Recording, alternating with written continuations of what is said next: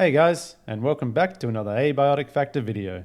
Today, I'll be taking you through the two portal devices you see in front of us, and as some of you have asked, I'll be showing you some good spots that have worked for me for farming and game traversal. So, let's get into it. First up is the personal teleporter. It's available early to mid-game, and allows one-way travel for yourself to a synced crafting bench of your choosing. They can be used not only to return to your base, but also for early game traversal and farming options. Next up, we have the teleporter pad. Teleporter pads are two-way portals that will allow multiple players to instantly travel back and forth between each connected portal. As you'll be needing 2 of these, you'll need to double the amount of resources required in the recipe. Okay, now setting up the personal teleporter system, we must first build a crafting bench in a location we want to use. Then I suggest naming this by finding this icon here and putting in a desired name or location name. From here, we can go ahead and sync it by pressing F. However, you'll note that it must be powered to sync the device. Let's supply some power and allow us to go ahead and sync to the studio crafting bench. This will also mean that the personal teleporter will be labeled studio in your bags. If we remove the power, one thing you'll note is that we can still teleport to that workbench. This means that with a powered battery in your backpack, you could set up this system pretty much anywhere. Moving into the teleporter pad setups, it's important to note that daytime lasts from 6 AM to 9 PM and nighttime from 9 PM to 6 AM. Each connected device will drain 1 energy unit every 5 seconds. A teleporter pad will count as 1 device. So let's get this pad set up here, and what we're going to do is go ahead and connect these 2 makeshift batteries. This is a cheap solution, as the first battery will drain quite fast, but the second battery will last throughout the night cycle. Next, we need to set the tag, which will match up with the same tag at our desired location. As this is based on the phonetic alphabet, it's going to limit you to 26 portal setups, or 52 teleporter pads if you will. Now that this is connected, it'll create a bridge to another pad with the same name. And there you go, we've arrived in our base now, using the 2 teleporter pads and tags we just set up.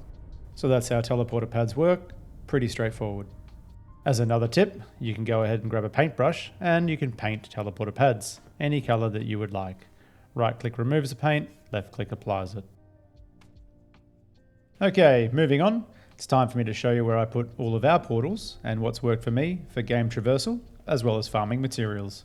Fair warning however, there will be spoilers ahead.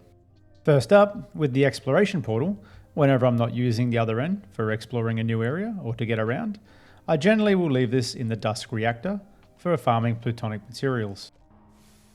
You'll come through into a nice safe little room right next to the quantum exchanger that'll take carapace and change it for plutonic blood, so that makes it nice and easy. The Dusk reactor has these materials shown here, so it makes it a nice location to set up a portal. Next up, we have these 2 portals, with the right one going to Flathill. This zone will likely be the second world you get access to. However, for me, this is the one I come back to most often. Not only for the good exit buff, which slows stamina drain rate by 25%, but also because there are heaps of useful materials here, including 8 to 10 staplers, which are the bane of my existence.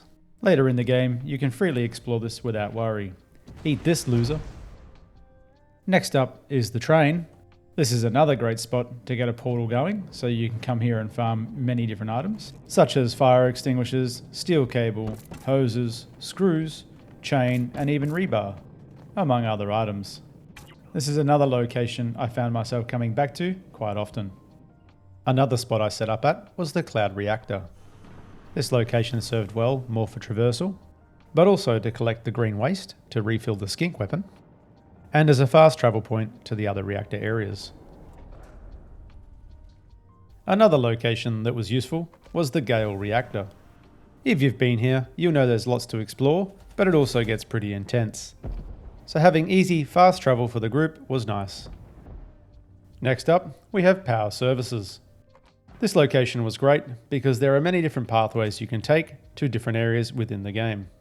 Equally, I've placed this right next to the Exor village portal, which has many different materials, but is probably the best location for Transcendium. Another fun one would be quick access to Shadowgate. Much like staplers, arcane scrap can be kind of annoying to get in bulk.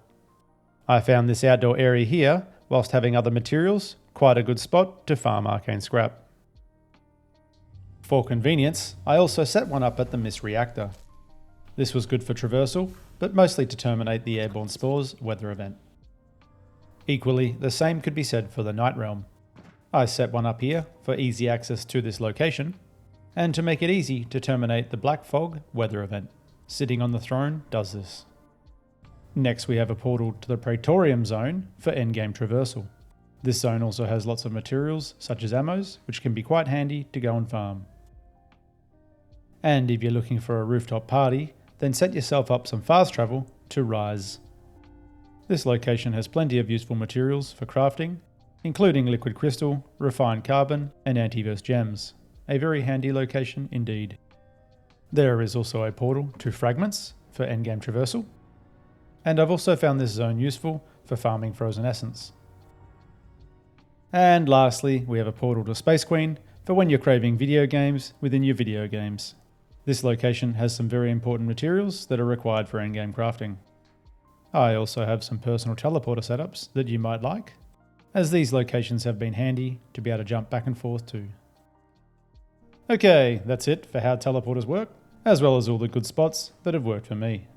I hope this helps you. Thanks for watching, and see you in the next one.